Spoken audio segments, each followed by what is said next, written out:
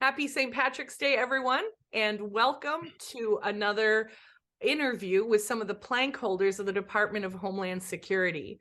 My name is Kristina Tanasichuk. I'm the executive editor of HSToday and also the CEO of the Government Technology and Services Coalition that owns HSToday. We're very, very proud to be pursuing this project, the Plank Holder Project, on the 20th anniversary of the Department of Homeland Security.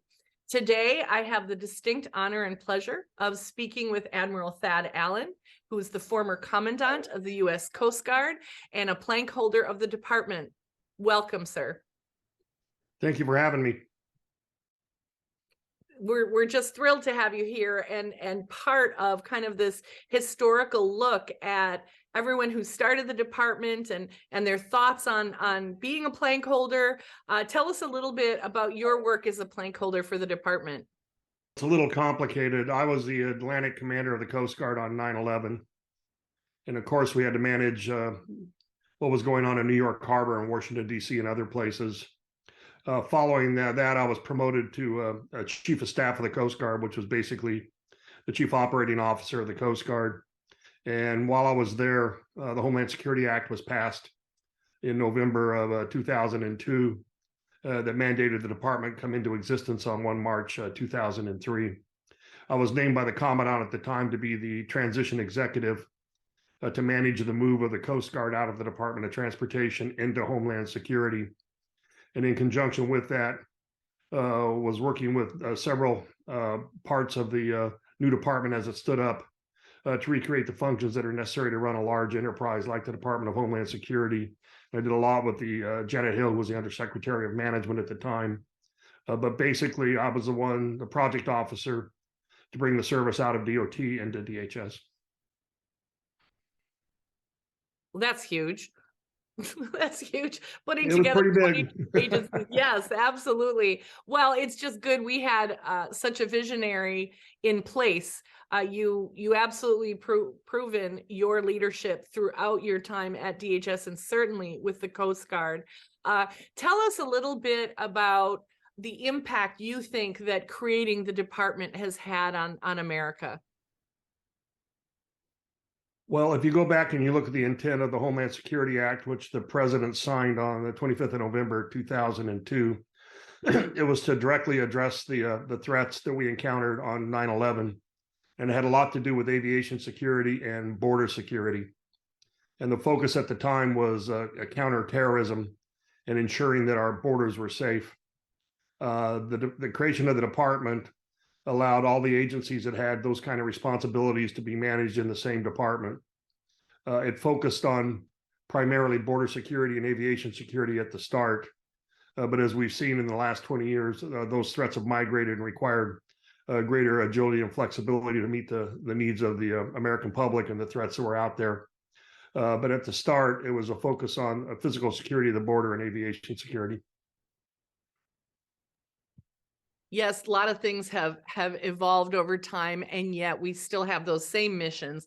So as you see that evolution of the department and certainly the maturity of it, where do you think DHS should move to the future, or where do you think they have areas where they should still focus?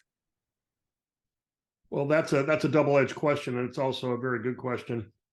I think we have to start by understanding that the department was formed under very urgent circumstances to deal with a threat that was there. And to that end, between the signing of the Homeland Security Act in November of 2002 and the stand-up of the department on the 1st of March 2003, that's light speed in government.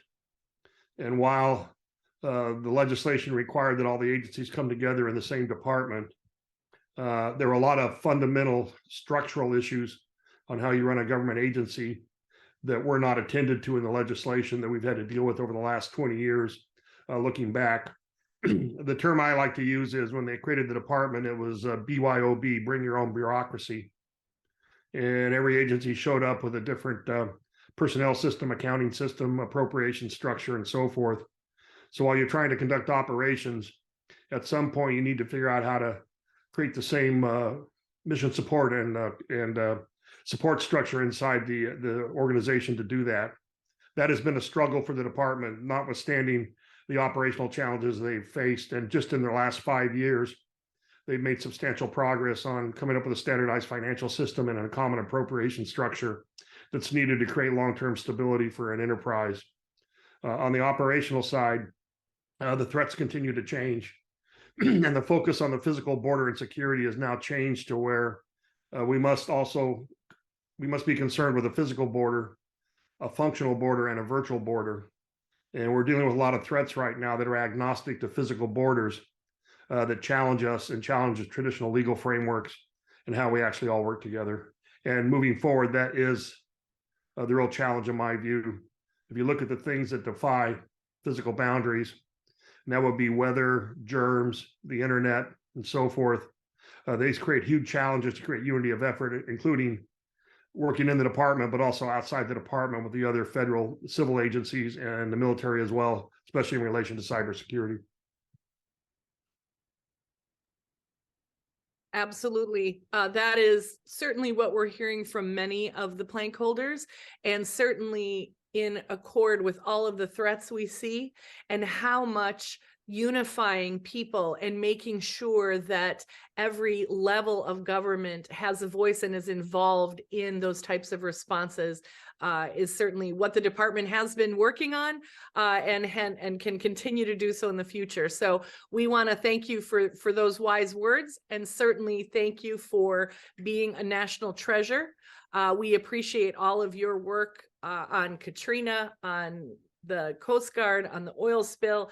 You were the voice and the director of responding to many, many tragedies, we'll say, that have happened in the United States, and you did so with tremendous leadership and skill. So thank you for that, and thank you for your service to DHS and the nation.